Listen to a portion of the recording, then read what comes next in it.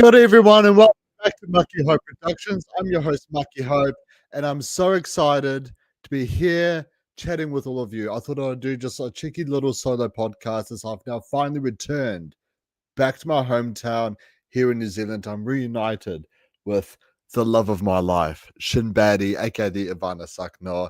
Unfortunately, I've left the home grounds of Australia, mate. Like, honestly, I've been trying to pick up an Aussie accent and it's not been working. Like, thank you. I'm so pumped for this absolute garbage podcast. Let's go. Thank you, Stag Zero. If you haven't yet, make sure you check out his album. He just posted an album on Spotify today. Make sure you check out Stag Zero on Spotify. But yes, I am back here in New Zealand. And I can't say it was a wonderful trip. You know, for all of those who I met either at the watch parties or at the promo events just before the season, like, thank you all so much. Each and every person who I either chatted with, had a coffee with, you know, to all the players I met at watch parties and all the fans I met as well. Like, it really does mean so much. Like, I got to spend all this time with people. And, you know, I'm not really one to get real on the podcast or anything, but years ago, even before I became a podcaster, I was just a simple fan. You know, I loved listening to podcasts. Ironically, like Stag Zero, I made him listen to a couple of exit interviews one time when I first got him into watching Survivor.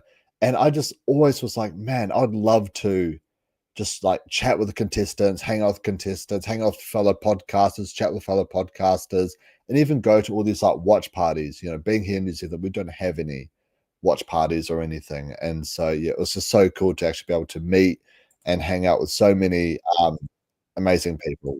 Like, honestly, 10 out of 10 experience, dream of a lifetime. So much of my year has been actually planning for this trip. So it's so cool. Thank you all so much for everyone who made that trip super special. But we're not here to talk about my amazing holiday. We're not here to talk about bloody Stag Zero's album that came out. We're here to talk about Australia versus the world. And I'll just give my brief introduction thoughts, and then I'll go into a little bit more detail as the podcast goes along.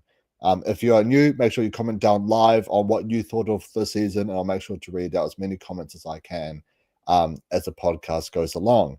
But Australia versus the world, right? The first ever global championship of Survivor, a global phenomenon, like literally a phenomenon of the season, right? Like, everyone talks about the original heroes versus villains as the main phenomenon of Survivor, with all these amazing like main characters, you know, with your Boston Robs, your Russells, your Parvati's, your Cerise and Amanda's, your James. I didn't really grow up with that. Heroes vs. Villains was actually the fifth American season that I ever saw. So I didn't really understand the hype or the love. While it is a phenomenal season, I never got to have that experience as everyone else would have watching that season live, because I'm a very late watcher to Survivor. Ironically, Australian Survivor is where my Survivor fandom really started. And we're not here to talk about the album Stag Zero's left the chat. Well, no one wants to hear anyway, Stag Zero. But it was a season like Australia versus the world, right? Obviously, way back, you know, 2017, when I was going through all the American Survivor seasons, I never understood the hype or the legendary status of so many of these amazing players. But for this season, I finally did, after watching South African Survivor from season 6 to Return of the Outcast, all of Australian Survivor, all of American Survivor, even New Zealand Survivor before it got cancelled. I had the opportunity to watch Survivor Finland just before the season came out, so I finally got to know who the hell Tommy was. Unfortunately, I never got to know who Cassandra was before the season. I wish I did, because she was such an amazing player on Australia versus the world.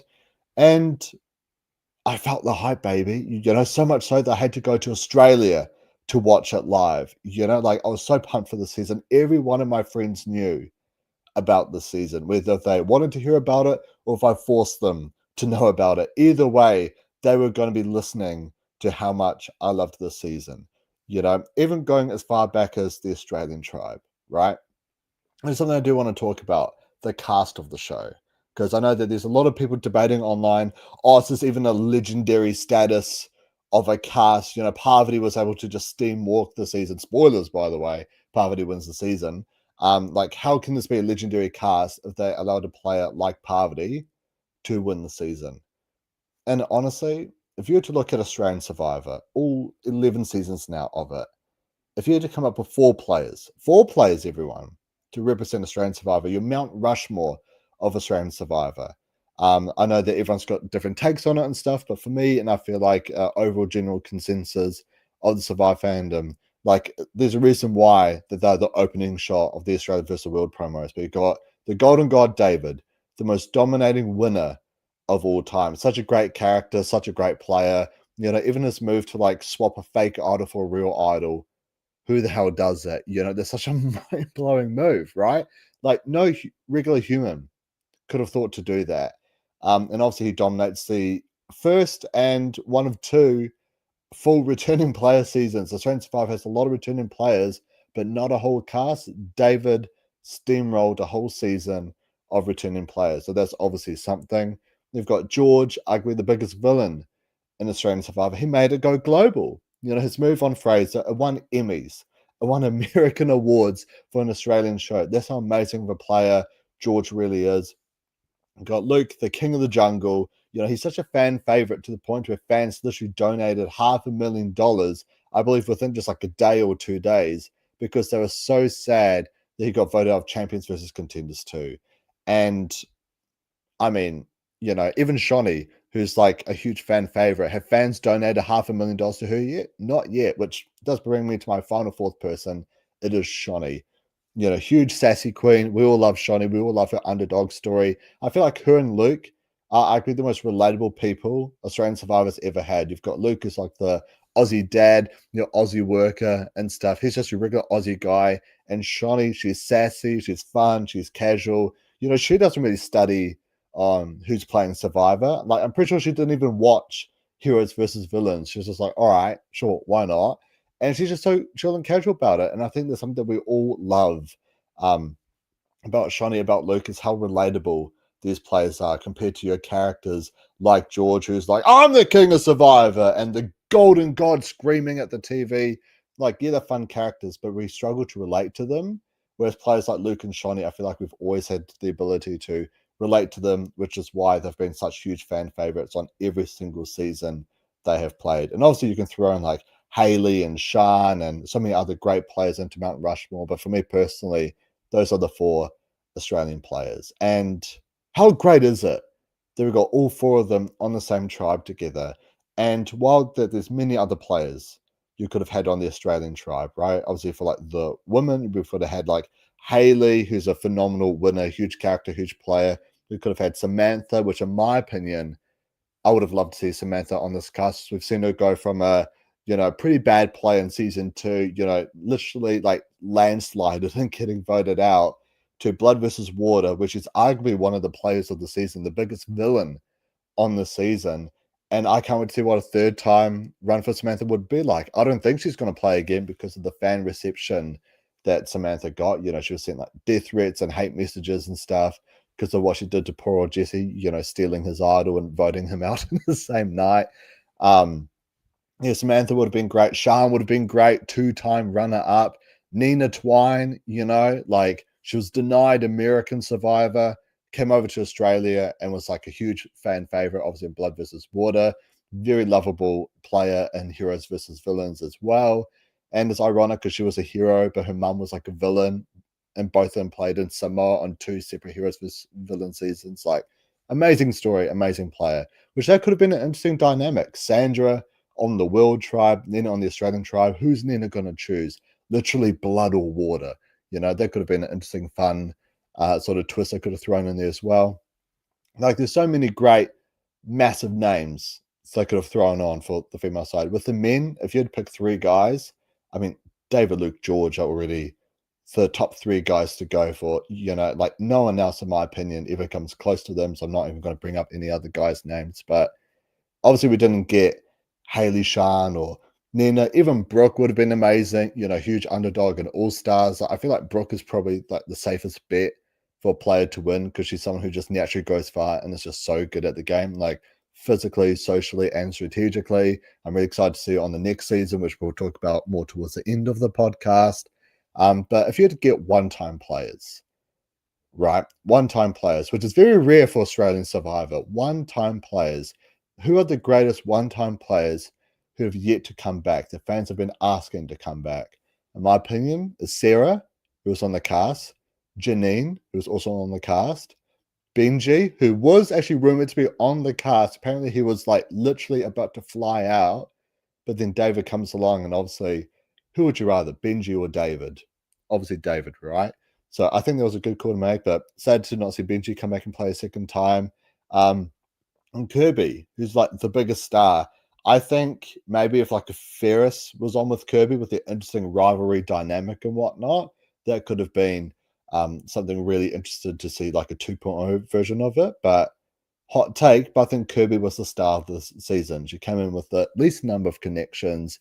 She didn't really know anyone. She didn't even watch anyone else's seasons. Like she said at watch party I went to, that what she did to prepare for Australia versus the World was she got her best friend, who is a super fan of the game, to tell her everything about who could potentially be playing, who was on the cast from what she knew.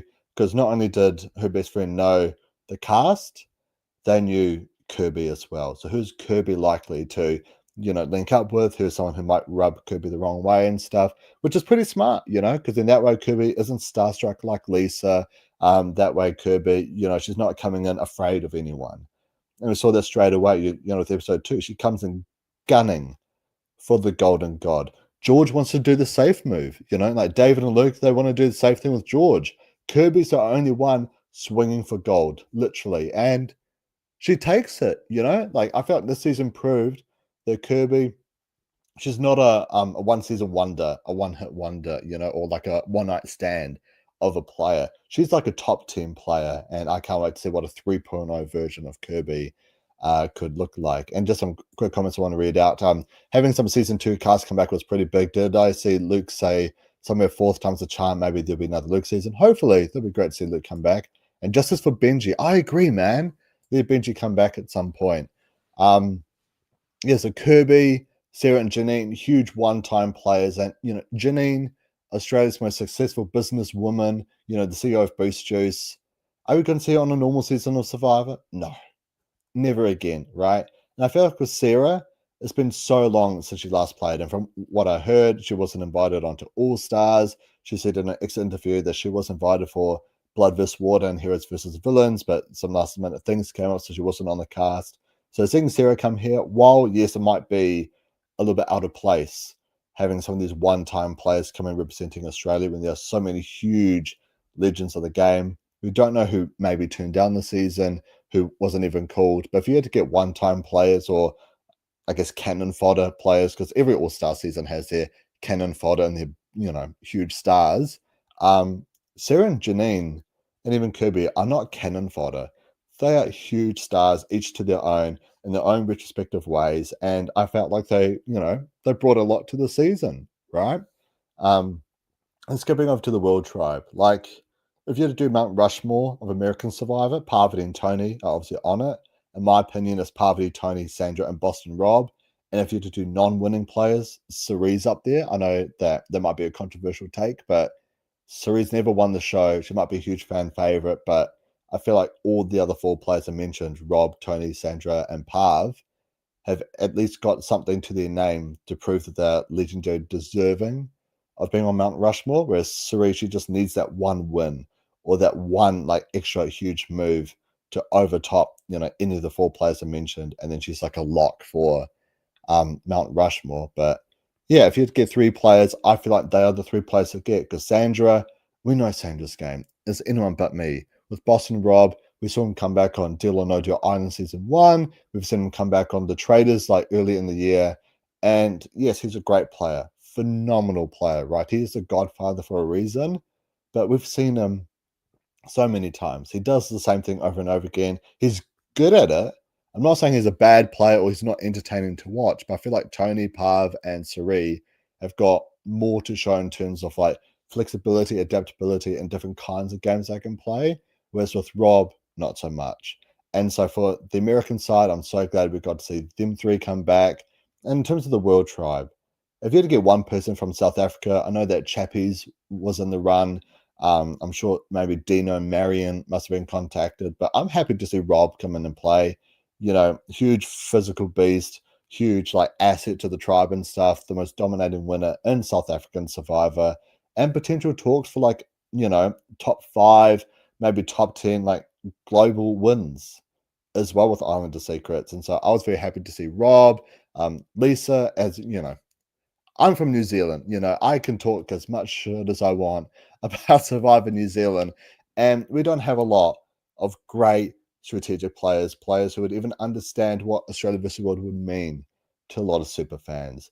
And while I know a lot of people weren't happy with Lisa this season, especially how she tried to quit, to save Tommy and stuff, like, yeah, she knows what the season means to so many different Survivor fans. She is a Survivor fan herself. And so I was so happy to see Lisa on the cast. I do think that she's the best player that New Zealand has to offer. And so seeing like Lisa on the cast was huge, mind blowing. I never thought we'd see Lisa come and play again. I don't think anyone from New Zealand would come back and play again, but I have heard that quite a few people were actually in the mix for Survivor New Zealand. So it's very exciting to know for a potential future of Australia versus World. Australia versus World 2, you know? And Kaz and Tommy, what lovely additions, right? Like, I was so lucky to have seen Tommy's season. I love Tommy on this season, and he kind of did what I thought he was going to do on this season. And with Cass, I loved like discovering who she is as a player, as a person, and I'm still trying to find links, but I would love to see her season, her original season, and kind of see what she's like the first time she played versus how she played in Australia versus the world. And if she's to ever come back, I know she's pregnant right now on any other season of Survivor, maybe the Traders Canada or any other show. Yeah, I'd be very excited to see Cass come and play. So that's the whole cast. I think the cast is very deserving of being here. Each to their own right. They bring something new to the game. They bring something great to the game. These are legends in their own retrospective franchises. Now I just want to talk about the days. I'm someone who talks a lot of shit about American Survivor, especially New Era. You can check out, the biggest video on the channel, which is me venting about how Jeff Probst needs to be sacked from American Survivor because I'm done with it. I'm so sick of New Era Survivor. Even season 50, I'm not that excited for it. However, I will admit sometimes the days thing I think is a bit over the top. I think with this season being 16 days long, Drew and I, we talked about it on the week 2 recap. We've even had like, offline chats about the number of days in Survivor. And I think this cast proved it's actually not about how many days the contestants played, right? It's not actually about like recently they did like what Influencer Island, which is what 8 people, just 36 hours or 48 hours just playing Survivor, like 8 people, It's actually not about the number of days or the number of people. It's actually about who they cast, right? And I think with brand new people, right, with brand new people to the show who've got either no idea what they're doing or they're super fans of the game, they need time, right? We saw in this season, there was multiple cases like Lisa, for example. She's at the very bottom at the final 6. And she's like, all right, I got to turn things around. What can she do? Like when you think about it, she's actually got less than 24 hours, right? Because you come back late at night from tribal, you've got time for all your confessionals, prep for the challenge, doing the challenge, coming back to strategize, and then you're off to tribal, right? So that's like way less than 24 hours to turn 5 people who are like, conspiring against you onto your side. Like it's just virtually impossible. Same thing with Shawnee. She almost cracked the 2 duos of like Luke and Janine, Serene Parvati. She almost convinced them to turn on each other. We literally saw Luke gave up immunity and he's flashing his idol, who's threatening to play for Shawnee. I feel like if she had an extra day, she would have for sure made both duos flip on each other. Like without a doubt. But since it's such a short game, fast-paced game, what can she do? There's nothing she could have done, right? Even Sari, her game was so tied to Parvati, especially after losing the internationals. I don't think Sari even wins this season, Like, who she have to go up against in order to win the season? Like, I think it's the internationals, maybe Janine, maybe Shawnee. But I feel like Luke has a chance against her. I feel like it's close between her and Luke. And anyone who sits next to Parvati is just going to lose unanimously, same way that, she won this season.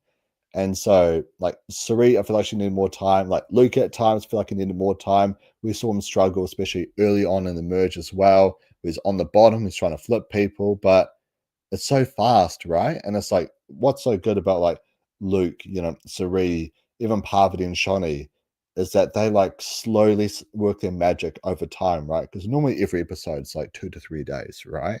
So you've got so much time to work on people, flip them over. Like, I still remember in like Champions vs Contenders 2, Luke's hanging out with Ross and he's telling Ross, Oi, you should go steal a banana and prove your loyalty to me. And Ross does it, and that's how Luke knows that he's flipped Ross. Ross is on his side. We even saw the start of this season where Luke steals the bananas and he's sharing them with Shawnee. Look how deep they went together. Like, yes, they may not have been in the same alliance all the way through, but they were definitely working together. There's definitely such a strong relationship. And it's all from Luke just stealing the bananas, Like these small social things really do play out over long periods of time. And I think with this season, like I think it works because of the cast we got, right? I think you can do a short season for almost any returning player season, and you can still make a good season out of it. However, for newbies, even with super duper fans like with the new era newbies, you need that time. You need that time for them to actually make moves, make new alliances, make new bonds and strategies. Because we've seen with New Era time and time again where the ultimate strategy, look at Marianne, look at Gabler, right?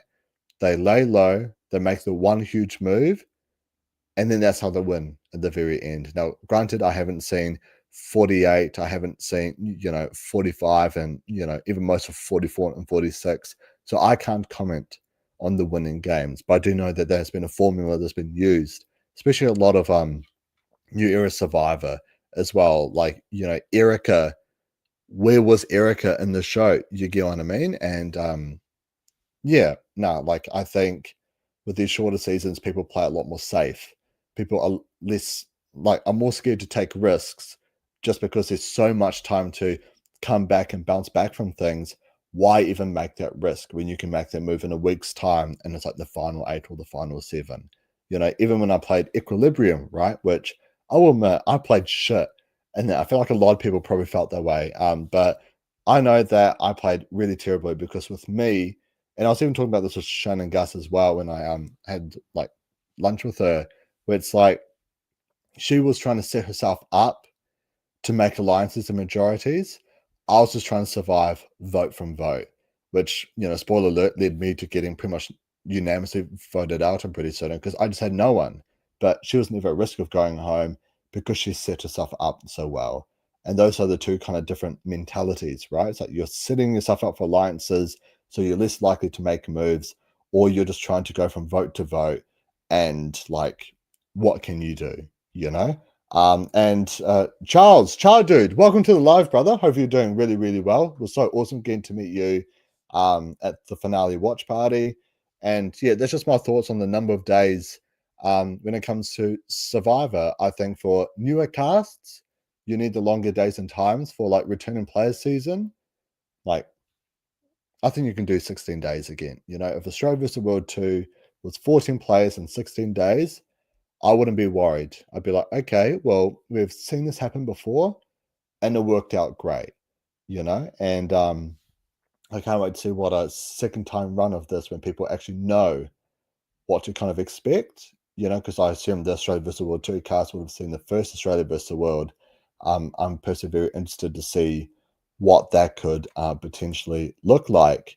Now, in terms of legacies of players, I personally don't think anyone's legacies really changed in terms of, like, for example, David, he's the second one voted out, right? Does this harm his legacy as being one of the greatest winners of all time? No. I feel like Kirby, the one who made the blindside on him, I feel like it elevated her legacy playing the way she did. And I feel like just Kirby as a whole is just such a great player. And we saw this season why she's such a great player. Obviously, she gets brutally betrayed by Parvati and I guess the World Tribe, but we'll talk about that in a second. Even players like George, I personally don't think George played that well this season. Phenomenal player, phenomenal character, right? As I said earlier in the podcast, one of the greatest to truly ever play. And yeah, I think he fumbled the bag. I think David fumbled the bag as well. but I think between like David and George, even players like Tony, right? It was like, what could Tony have done to survive? Nothing. Literally nothing. So like Tony, for those who might forget, was on the bottom, like in terms of minority of men, three guys and four girls, which two of them are most well known for creating an all girls alliance, which completely dominated the merge section of Micronesia. He's on the bottom in terms of Americans as well, three Americans, four world. He's the only two-time winner on the cast. And you know, Parvati had the key, she had the idol.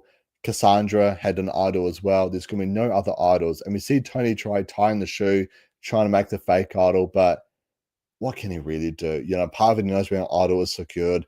Like Cass, she's already got the idol. And like Tony, he's stuffed. You get what I mean? But with George, we saw him throw Kirby under the bus. You know, we saw him starting fights with Luke and Janine trying to be the big bad villain, trying to be the shield for everyone. And it just didn't work out. And I think if George didn't throw Kirby under the bus to David, I feel like if he didn't try to start fights with Luke and Janine and he tried maybe like working with them instead, maybe George makes merge. And what a whole different game would it be if George makes the merge? I feel like he kind of fumbled the bag there. Even Luke, my favorite Survivor player of all time, like I've even said on the podcast, he fumbled the final five so badly. You know, if you're going to try like flash around all your different idols and trinkets, you got to at least make a move. But, you know, he chickened out, he did the safe option, and that's why he came second and he didn't win the season. But in terms of legacy, maybe Rob, you know, but I feel like it's been so long since Rob last played. What, it would have been 2018, 2019, I think, when Islander Secrets like came out, and you know he's the first boot of the season, right? I still think his winning game is still like a phenomenal win, but I think we definitely did see the flaws in the game where he tried playing the same game twice, where he's trying to boss people around, be the dominant alpha man, but it's not going to work this time, mate. Unfortunately, especially when you're playing against the world greatest players, which he even said in multiple exit interviews, that was his downfall, was that he heavily underestimated his fellow, competitors, and he didn't even know who Parvati and Suri was, even when he played as well. So, kudos for Rob for playing, but I do think in terms of a player, he may not be seen as great as what he used to be. But with players like Tommy and Cass, I mean, with Tommy, I feel like he played the exact same. With Cass, I haven't seen her original season, so I can't say if her legacy is improved or not. But I feel like that both of them have at least brought so much representation of their own individual Survivor franchises. Like who thought Survivor Finland existed? Who the hell knew that Survivor Quebec ever existed? I'd heard no one talking about it. And so, yeah, the fact that now everyone knows about Survivor Quebec, about Survivor Finland, I feel like if anything, they've just brought more viewers and more fans to their own retrospective, Survivor fandoms and franchises, which I'm so happy for them. Even Lisa, like, look, I think you can look at it in two ways, right? You can look at it as like maybe she's dropped her legacy because she tried to quit, right? She really did fumble the final 8 where she tells Luke and Shani, look, we're going to blindside Parvati, but I'm not actually going to be voting with you guys. Like, Luke and Shani are great, smart players. They know they're like, oh, maybe Lisa and the internationals are trying to trick us, right? And so, Lisa fumbled the bag there, which literally caused the two closest allies to get voted out back to back, then, herself soon after. But like, look, with the quit thing, it's very controversial. I don't think it's that bad because just for some context, at the Final Four or Survivor New Zealand, like the underdog is season 1 immunity, right? And it's like, crap, Lisa's probably the one to go. But Lisa's closest ally technically quit by getting Lisa and Dave to vote her out in a 2-1-1 because she wanted to give Lisa the chance to pitch to the jury, which ultimately Lisa won that season by her closest ally quitting. And I think Lisa, huge fan of the game. Obviously, she was starstruck by Suri and Parvati and all the legends around her. I do wonder if maybe she saw who was left. You've got Parvati, Suri, Luke, Shani, Janine, Tommy. And it's like, hey, who's more likely to win? Myself or Tommy? Tommy, he's very charming, very charismatic. He's like a fun presence. He's obviously very smart as well, and he's more likely to win a challenge. With Lisa, Yes, she has a connection with Suri, which might help her, but she's not going to win this season, right? I think we can all agree that Lisa, she's started off great. I think after episode 1, she was probably like near the top for like, winner edits. But as season went on, she just had like no screen timing, had a bit of like a dodo edit at times. And so, yeah, like I think Lisa knew that like maybe her time was cooked.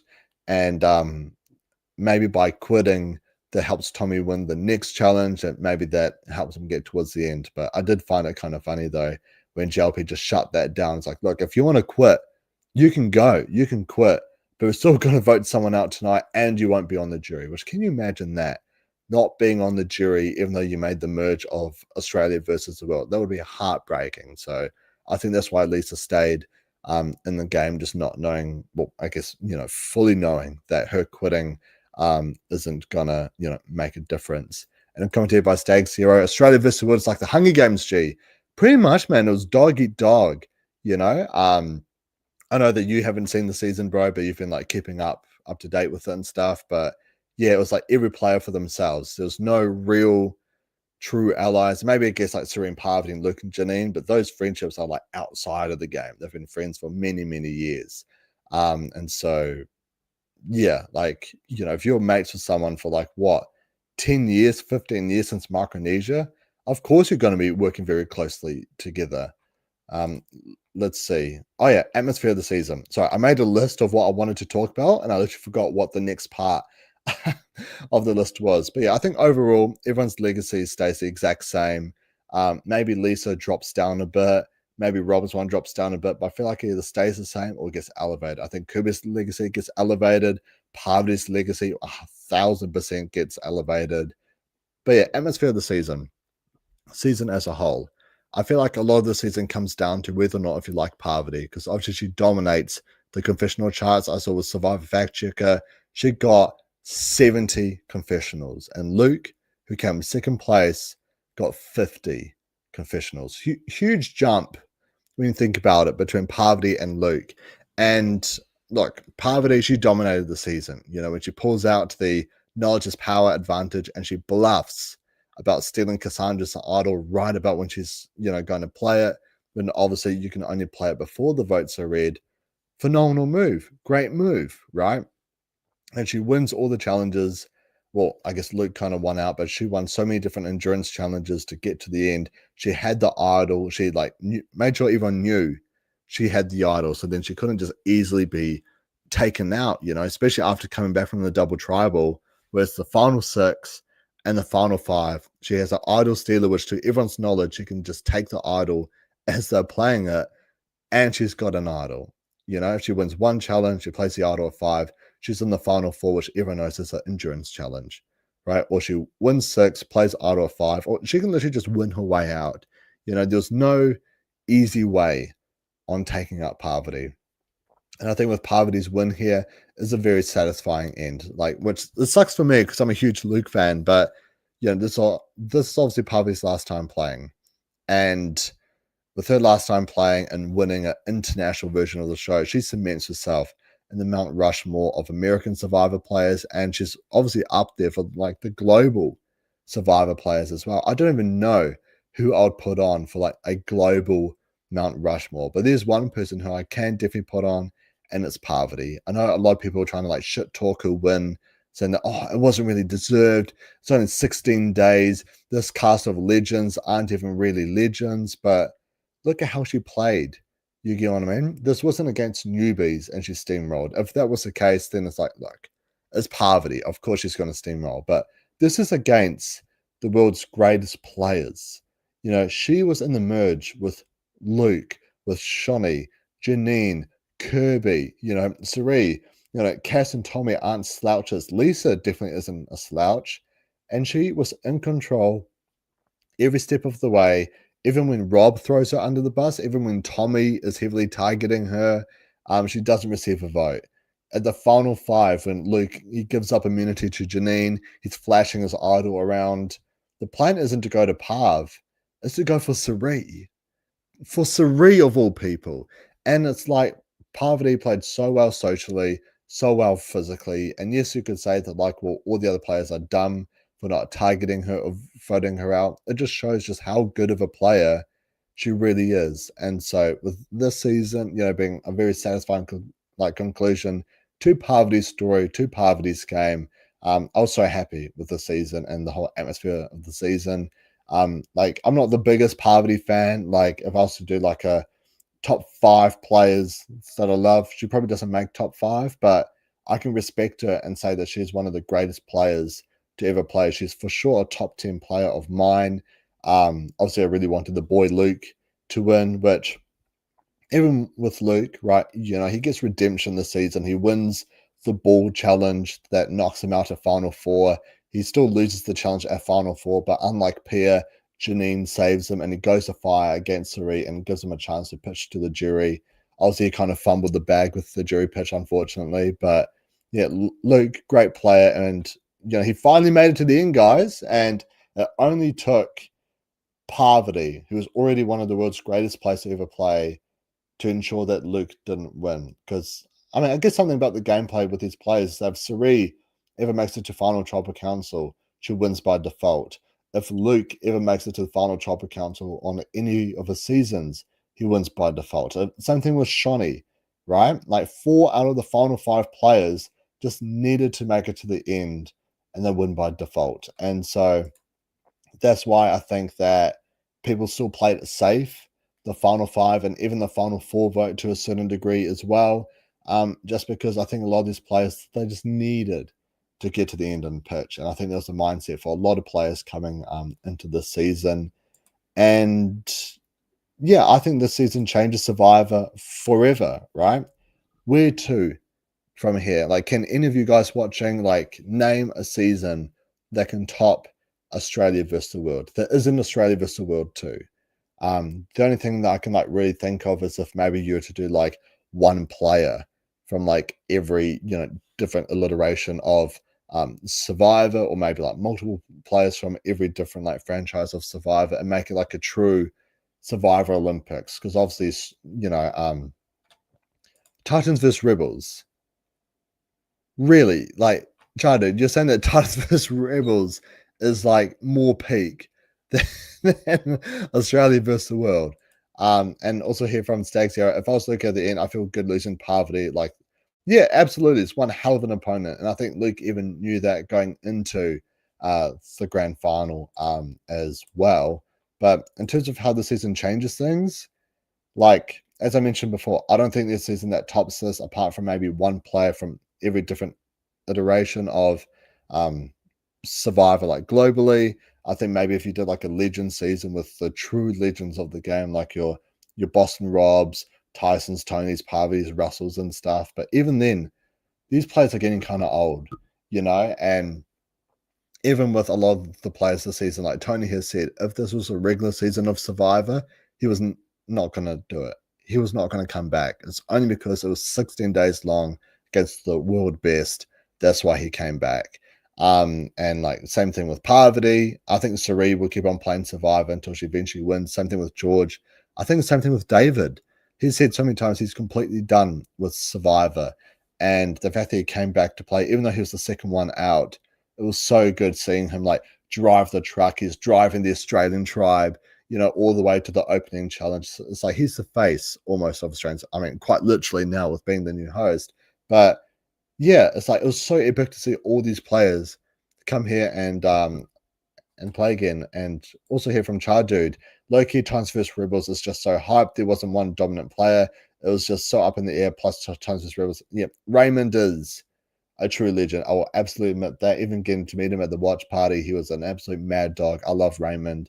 And yeah, I kind of feel like each week it was kind of like, what's going to happen? I remember covering that season and we could just never predict what's going to happen. Like, I would say this probably like near the peak of my podcasting experience, obviously with the song I did with Eileen, which if you haven't seen that, make sure you check it out on my Instagram page at Mucky Hope.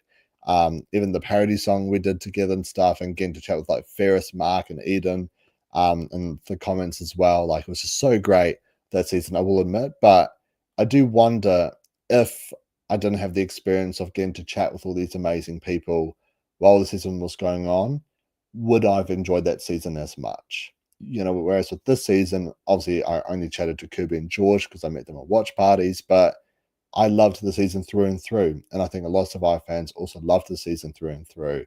And obviously they're going to do another one at some point, but it's going to be hard. I feel like if they did like Australia vs. the World 2, maybe like 2 years' time, I don't think we have any current Australian legends, especially on the men's side, who could even come close to David, Luke, and George's level of like legend tier or legend status, right? And with the Australian side, with the females, I feel like there's still a lot of good players that you can pick, but did they turn down this season? Because if they turn down this season, there's a chance that they might turn down Australia vs. the World too as well. So who is really the casting pool, I guess, for like female male players? I will be diving more deeper into that with Michelle and Richard next weekend when we go live to talk about a Australia vs. the World 2 and what that could look like from different, like casting perspectives from around the world and from within Australia as well. But yeah, I feel like this season it takes a cake for peak Survivor. I don't think we're going to reach this peak of Survivor again, at least not for a very long time. It's almost a swan song for so many different Survivor players. Like Tony is this last season, Parvati is her last season. We're not going to see David come back and play again. He's the host of the show now. Why would he come back and play? And while I do think players like Luke, Shawnee might be done. George is going to come back, obviously. I don't think we're going to see Janine come back and play again. Like she earns more money in her day-to-day life than what she ever would winning Survivor, which is a crazy concept to think about. For the World Tribe, I don't think we see any of the Americans play Australian Survivor again. We might see like a Cass or a Tommy potentially come back and play again. I think Lisa's kind of done from Survivor after this experience as well. Maybe if New Zealand was to come back, then who knows with that? But I heavily doubt Survivor New Zealand's gonna come back, which leads me to what's the future of Australian Survivor, right? I think these short seasons proved, because I'm pretty sure like the ratings were like at an all-time high as well, that short seasons can be good as well. And something that I would love to see is that, because obviously we've had many returning player seasons, such as Heroes vs. Villains, great returning players, but the newbie players, like apart from Liz and like, even though this is a hot topic, but I thought Rogue was like funny as hell. Who else really had a strong personality from the newbie side, apart from Liz and Rogue? No, I can't really think of anyone, right? They're either such a dud, such as David on that tribe, where he had literally zero confessionals, or they just weren't really a huge part of the season, right? Like I thought Jerry was funny at times because he, um, Ben, you can Ben. I don't know. For me, he didn't feel like a huge personality, but maybe that's just me. I don't know. But like, I feel like the returning players overshadow the newbies so much in that season, and I think that maybe if Heroes vs Villains was maybe just a 16-person cast, for example, what they had, 11 out of 24 was returning players, so they didn't even make 12. I wouldn't mind seeing a smaller like all-star cast if it means that they get the right players on the season, because obviously so many players might turn it down. So many players might think 47 days is too long to play again. So why not a short amount for returning players? If you can get your legends to come and play the game, I'm not saying rig the season for like a Boston Rob, for example, right? But what I'm saying is that if Boston Rob wants to come and play Australian Survivor, like Australia vs. the World 2, but he can only do like 2 weeks or 3 weeks, make it 3 weeks long. Maybe he's the first boot. That'll be kind of funny if they alter a season for Rob, he's still like the first one voted out. Like, try and get as many like really cool, exciting players to come and play again. And I think this season proved it didn't matter the number of days, but what really matters is the cast. And if you can get a legendary cast for another all-star season or for another like, international phenomenon of a season like Australia vs. the World, but you can only do it in a short amount of days in a short cast, I say go for it. And Ben made the fake idol legit was controlling the game, was going to win if it wasn't rigged. But wasn't he up pre-merge? I'm pretty sure Ben was up pre-merge. I mean, bro, I reckon you're cooking onto something, bro. Yeah, so Ben pre-merge had a strong chance to win because he had the fake idol. He was on the bottom, but was controlling the game. I see it now, Char dude. I really do. Ben was a strategic mastermind, was the most dominating player that's ever played the pre-merge of any Australian Survivor season. Nah, but okay, no, that's just taking it too far, bro. Sneaky Steve is always the top dog. You can never top Sneaky Steve. And yeah, that's the direction I think Australian Survivor is potentially going to go and moving forward. Is having your 24 like newbie casts, 47 days long, but maybe for returning player seasons, they might knock it down. They might even do like a newbie cast start of the year, and then like mid to late end of the year, a returning player cast. Which I think could work out great. You know, Australian Survivors will meet once a year. And while I do think even seasons like Blood vs. Water in 2016, which are seen as like the worst seasons of the franchise, they had its moments. They had some great, amazing, phenomenal moments in those seasons. Like the Jesse blindside, when Samantha steals Jesse's idol, top blindside of all time. I'd say that's definitely within the top 10. I know that I made a top 4 blindsides for Australian Survivor at the start of the year, but like that one almost made the cut. Like that one's number 5 for me personally. Such a great move, such a great blindside. Like yeah, Australian Survivor's on once a year, whereas unlike American Survivor, which you know, I always had to find a way to bring new era into it so I can shit all over it. They have 2 seasons a year, right? But it's the same challenges, it's the same production style. Everything pretty much looks the exact same. Australian Survivor hardly looks the exact same. I know that maybe they might do challenges in the same spot or like a similar physical kind of thing where it's like you got to lift this, do that, you got to really show off your muscles, and then you got to throw or catch something. That's always been Australian Survivor, but they always find a way to make the challenges exciting, to make the gameplay exciting. Even some of the sets look phenomenal as well. Yeah, so much to praise for Australian Survivor, but it's because they have the time to really like edit the season in a great way. They have the time to make a season in a great way because it's only once a year, right? And so I do think by moving to like a 2 season a year format could potentially, you know, lessen the quality of some of the production for like the second season in the year, whatever that season might be.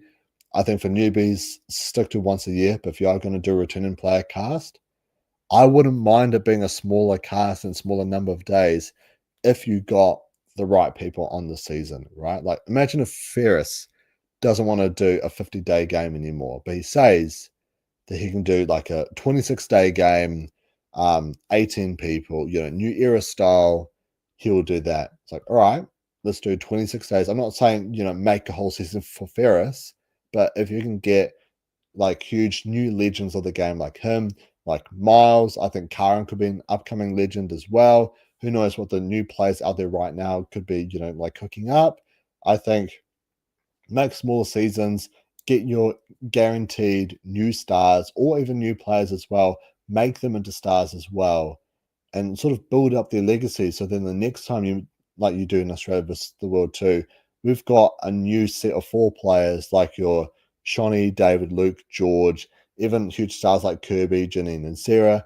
You've got these players that are on that level that we can feel just as pumped and just as hyped for to see again as if we would have seen those players come back and play again. And also with the new season, Australian Survivor Redemption, hosted by David Gannat, the Golden God. Like, it's been talked about so many times. I think the fans who are wanting to boycott the show, who are wanting to cancel Australian Survivor because they sacked the host, like, it's not David's fault the JLP got sacked. It's Channel 10's. You know, it's the whole like production of Australian Survivor. It's their call. And I think it's a bit unfair on David if we're just absolutely like, you know, shit talking him, slamming him through the mud when he hasn't even had a go yet. Like for me personally, it took JLP like 3 seasons, you know, Champions vs Contenders 1, for him to find his feet and really get his groove going.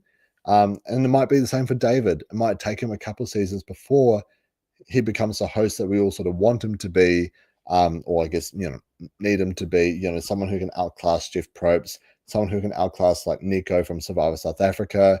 It might take David a couple of seasons, but I think we just have to like enjoy the ride. We just have to chill, and yeah, just sort of see how it all goes. And obviously, there's 4 returning players on the cast as well. We've got Mark from the Titans tribe, Simon, Brooke, and Dirty Harry. And I think that's a very weird choice of cast. Like, no disrespect to the cast, but like I kind of feel like for a redemption season, there's a lot of players who, like, if the season is about redeeming themselves because they were either one challenge of winning, like Brooke was two challenges away from winning All Stars. Like, I think if Mark makes it to the very end, he's got a strong case to win, whether if he's up there with Ferris or if he's there with Caroline. I think if he wins the final three challenge and takes out Ferris, Mark wins that season. So I understand the redemption for him, for Brooke, like maybe even for Harry, for Champions vs. Contenders too. Simon, huge character, and while he might not be the best player in the world, he has fumbled quite a bit. Very entertaining character. I've loved Simon on both of the seasons he's played. I understand why he fits the mold of redemption, but it does make me wonder, is this season going to introduce us, like, not Australian Survivor? Sorry, I'm lost for words. Is the season going to introduce Redemption Island to Australian Survivor? And that's why it's called Redemption, which I do think Redemption Island would be a good twist for Australian Survivor. I feel like you can use that to cover up your episodes that you need for non-eliminations, right? Because obviously, two people are getting eliminated every week, but three people are getting voted out. I feel like it's sort of help save the non-eliminations, like going forward even further. And I've said this time and time again, but Edge of Extinction, you could make a whole episode like just about Edge of Extinction, what everyone's getting up to on Edge of Extinction, whether if there's challenges to help you get into the game, you can maybe even have the Edge of Extinction challenges that they did on Winners at War and just put them all into one episode on a Australian Edge of Extinction. I do think that twist would have worked for Australia vs. the World as well. Keep all the big favorites in the game. Like, imagine if we had like just David hanging out with Tony, for example, in the pre-merge. And then it's all right, you've got a challenge to get back in the game. And it's all these challenge beats of like Rob, David, and Tony. I think George would be pretty cooked and going up against those guys, but it would have been a great, fun, entertaining season to watch. I wonder if Simon is going to be good without George. Yeah, true. This is Simon's first time playing, I guess, technically without George, because George was on the Brains tribe, whereas he was on the Brawn tribe, but exact same season. I think Simon, it was his fixation on George that I think was his downfall. I think if Simon learns not to be so fixated on a target, because he was like there was Shannon even as well with Brains vs. Brawn 1. He was just so like, I need to get her out, I need to get her out. And he did get her out, but they heavily exposed him as the next huge target, and then we see him get blindsided with two idols in his pocket. And same thing with Heroes versus Villains. He was so fixated on George to the point where I still remember that when Haley got voted out, there was one vote for George, and he just goes, "Oh, poor Simon." And it was just so funny, because everyone knows that obviously Simon's going to be voting for George, and like every single vote he can to try and get him out, which it was the right call. George was in full control of the merge tribe, and for anything new to happen, anything to shake up for Simon, he needed George gone. It didn't matter how many idols he found, it didn't matter how many immunities he won. Simon needed George gone in order for him to either potentially win the season or to make a deep run in the game. And Stag Zero is peacing out, got a sleep road church. It was so awesome to have you in the live, Stag Zero. Once again, make sure you check out Stag Zero's new album out on his Spotify. I haven't listened to it yet, but I'm sure it's a juicy one. I've been to many of his gigs, loved all of his gigs and all of his songs. So make sure you do check out the album that he's just released today as well. And yeah, with Mark, Brooke, and Harry, something that I do find interesting about Harry was we did Equilibrium like a few months ago, right? And I remember after the game of Equilibrium was when I started messaging people that I was going to be going to Australia for Australia vs. the World, and Simon very conveniently couldn't hang out, obviously because he was going out to do this this season. And something about Harry is that he dominated our game of Equilibrium, right? So for those who, I've talked about it so many times, but it was players versus podcasters. Simon was in on it. Harry was like casted as well.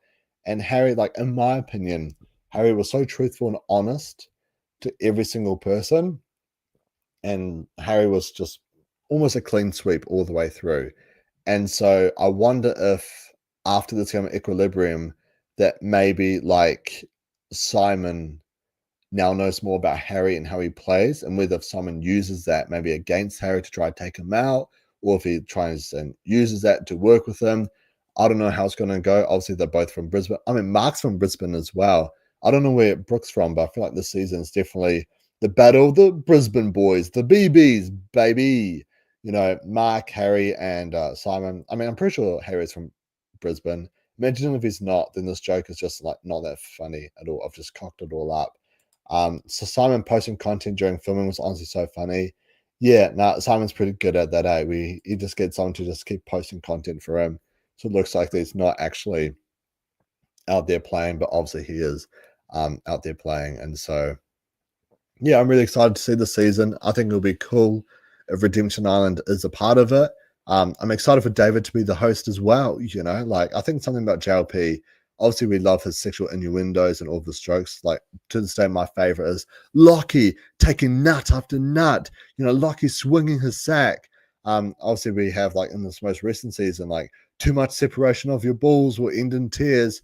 I can see David getting really into the challenges. Like it's between Luke and Parvati. Dig deep, Luke. Hey, you got this. You know, seeing Luke struggling and stuff. I feel like he will do that with all the contestants on the season. You know, because David, he also has a character of the Golden God, and I personally don't think he's going to make it all about himself. But I do think we are going to see that Golden God energy in terms of like the screaming and the sorry, that's not how he does it. He goes or something like that. We're going to see a lot of that in the challenges. Yeah, but tribal he might fail.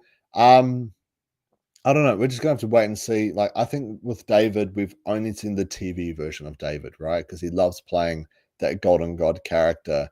I think it'll be interesting to see what he's like when he's a bit more chill, when he's not playing a character. And I think we're going to be getting that when he's a host. I think at times he's going to elevate it up. Maybe similar to like a Bo from The Amazing Race. And I wish if you're not watching, we're currently covering the Celebrity Amazing Race edition right now at Mucky Hope Productions. You can find V, Michelle, and Leonie. Yes, that's her name. Like all covering the show. Strongly recommend it. We have so much fun on the podcast, and we've now started challenging each other on all the different challenges as well. Like I believe Michelle ate like 5 or 8 packets of chocolate mousse in one go. It's like what, what, why? But yeah, no, like make sure you check them out. They're like so much fun. And something about with Bo is that he plays a character. He's obviously so cheeky, so funny when he has his own private moments, but obviously when he's with the contestants, he's so great to the contestants. He's so nice to them, so loving, so caring, so understanding as well. He understands how the experience must mean to some people as well. We might see that with David as well. So I'm really excited to see what this new evolution of Australian Survivor is going to be. And this is exactly what's going to bring up Chardude. I do think Oz Survivor won't be cancelled.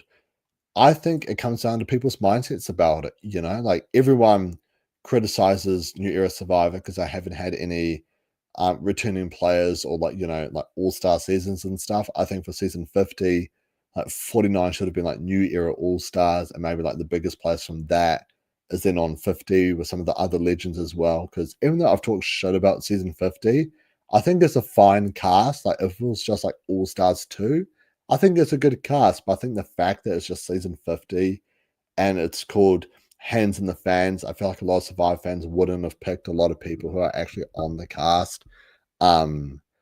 Yeah, I feel like it's just like a cheap cop out, pretty much. That's just how I feel personally about season 50. But I think with Australian Survivor, we have to look at it from a new angle. Even though I haven't seen the show, there's a show called The Challenge where they have returning players almost every single season. Even the last few seasons of The Traders as well in America, it's been reality TV all-star legends coming into play. Season 1 was 50-50. Season 2, it was just the whole cast. Season 3 as well. The whole cast was just reality TV, like legends and icons that we all know and love. And I think with Australian Survivor, it's like the same but kind of different, where I think we're going to be getting like more seasons. I mean, we've seen this time and time again. Luke comes in all by himself, Champions vs Contenders 2. Blood vs Water, we have Mark and Sam, which it makes sense for Blood vs Water 2. I mean, kind of RIP that relationship now, but Mark and Sam, they met each other on the show. So they fell in love. They had like a family and stuff. I do think Andy was like such a weird pick to have on Blood versus Water. Like they should have saved him for the villains tribe, but maybe he just wanted to play with his sister so badly, and that's why he's on there. But RIP both of them for being out, within the first week. And obviously with the season coming up, we've got 4 returning players and 20 newbies. And I think as long as I think it's fine. I really do think it's fine. Like, I'm not too fussed about the returning players. I love seeing players come back and play.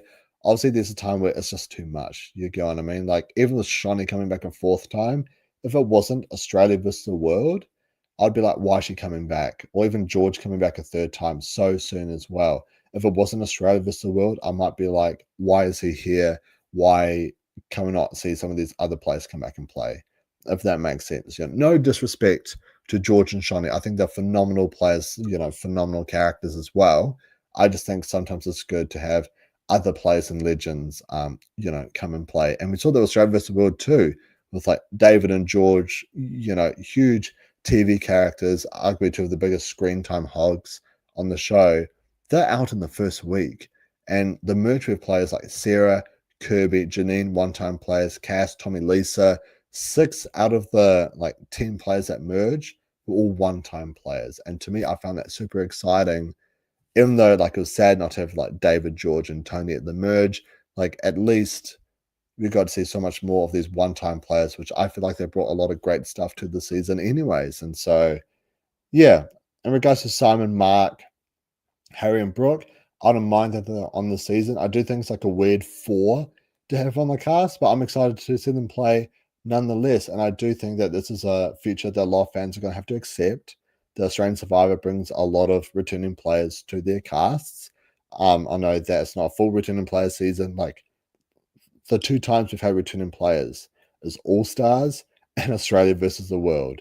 We haven't had a full returning player season since those 2. I do think you got to save up some of your players. I do think if they were to do another full returning player season, it would be second chances. I think that with second chances, there's so many one-time players, especially from Brains versus Brawn too. I know not everyone liked that season so much, but Karen, Laura, Logan, AJ, Noonan, Paulie, that's 6. Throw in Nash, you get what I mean? That's 7 already. There's over a quarter of the cast you can have on just one tribe. I guess one season of the show. And obviously with Time Fist Rebels, you've got Eden, Eileen, you can put in someone like Charles, who's obviously so badly screwed over. I personally love Jaden. I would love to see Jaden come back and play again. Caroline as well. Kelly, Alex, Valeria. Actually, there's something as well. Valeria, I was so surprised by Valeria because obviously on the show she comes across very cold, very hard, very stern.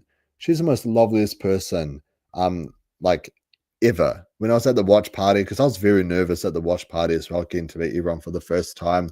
She was someone who kept on bringing me into different conversations and stuff. And I wish I said it to her, but I hadn't. But I was so grateful of Valeria, and I was so surprised by her as well. She's an absolute legend. Apparently, she was actually contacted for the season, but due to work, she had to turn it down, which I think Valeria and Mark would have been a very interesting combo from Titans vs Rebels to have on the season as well. But yeah, Valeria would be great. And that's also another 6 or 7 people I just named. So already we've got 14 slots. Already the whole cast of Australia vs the world, pretty much, who are probably all good to go for second chances, right? And obviously players like Benji, for example, I would love to see him come back and play. Maybe Craig from season 1 as well. Al, Jenna Louise, Tessa, so many great one-time players left who played so long ago. I think will be great, to have on the second chances cast. So I think that's going to be the next full returning players cast. Maybe I'll make a video on it, but later. Not too sure just yet because we do have a lot of content planned coming out. But yeah, who knows? Maybe I will do a second chances fan casting or something a little bit down the road. But yeah, all in all, just to wrap things up, I'm excited. I'm nervous for the future of Australian Survivor, but I think if fans just accept that this is part of the game now, fans have accepted that for the challenge, they've accepted it for the traders. Why can't they accept it for Australian Survivor? I know it's not the same as South African, New Zealand, Finland, Quebec, I assume, because I haven't seen Survivor Quebec or American Survivor, having so many returning players all come at the same time. Like the number one complaint throughout the 30s was we need to see more 30s players come back and play again, you know? Like the fact that we've seen Dominic come back and play again is mind blowing. Or Donathan from the same season as well. The fact it's taken so long to see Christian and Rick Devens come back and play again is mind blowing. Like Angelina, Mike White, Davey, even as well. Um, so many great, amazing players. And obviously from same thing with New Era as well. Like the fact that Carolyn's not on the cast is mind blowing. I think that there's a lot of players such as like Ricard and Shan, who I think would have been very exciting to see, even Marianne as well, on a New Era All Stars type of cast. But you know, with Australian Survivor, at least we do get to see players come back and play again. And even though it's kind of the same people over and over again, like this is Simon, Harry's, and Brooks' third time, it's Mark's second time.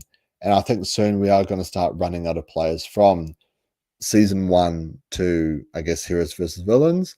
And we're going to start bringing back a lot more players from Titans versus Rebels, Brands versus Brawn 2. Maybe even some, like, you know, old dogs from some of the older seasons as well, from like, you know, season one and onwards. But I do think soon we're going to be entering the era for many Titans vs Rebels and Brands vs Brawn 2 players coming back to play. And I'm very excited for it. You know, I do think that Australian Survivor is at a very rocky part of the world at the moment where we're not too sure on its future. But I'm always going to support the show. It's my favorite show in the world.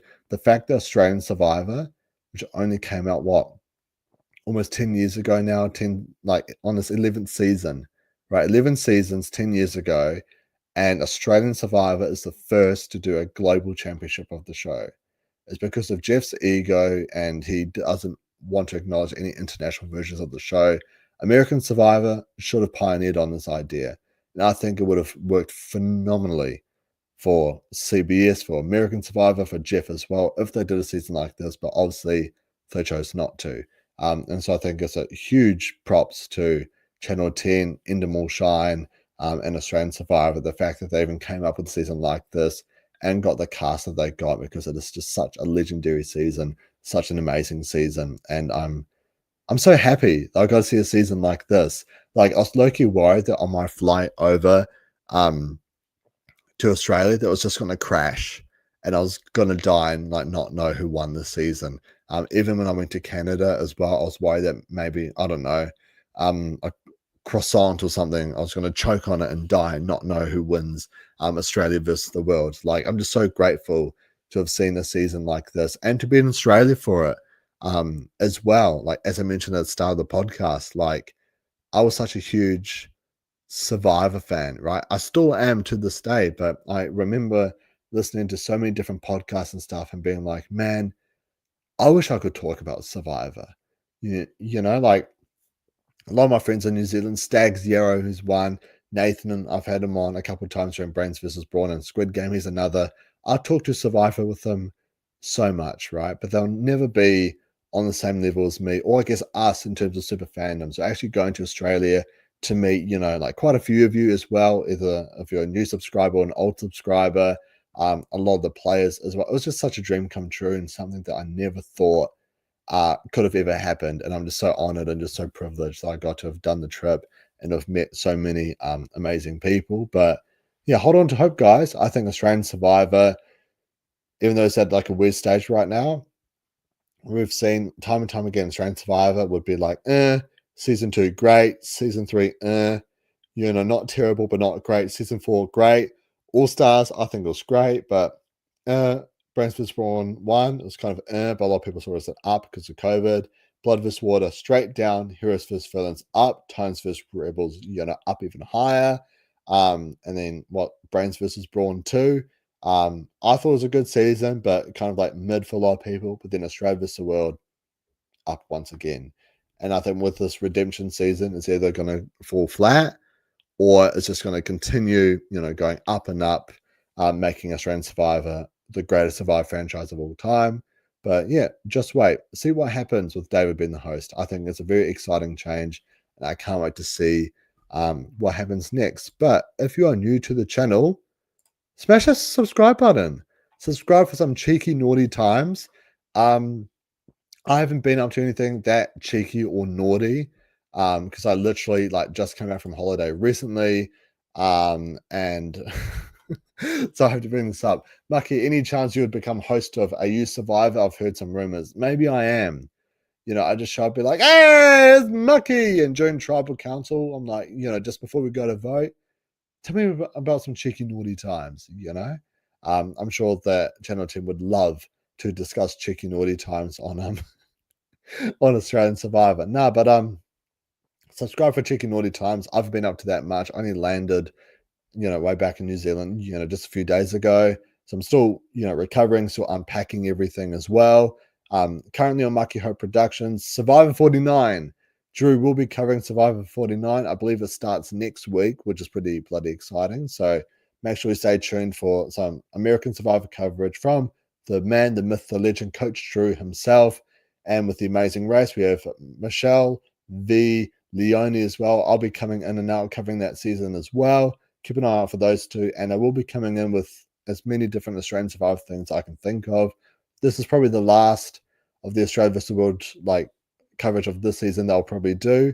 It doesn't look like I'm going to be getting any postseason interviews, unfortunately, but if I do, I'll make sure to post them so all of you can watch as well, because what a season and what a cast. I just love everything about it. So make sure you subscribe for cheeky, naughty times. We've got some cool, amazing stuff coming out right now and some more amazing stuff planned for the future. I've been your host, Mucky Hope. Ka kite anō. Thank you for listening, and I'll catch you all in the next live. Take it easy, guys. Bye.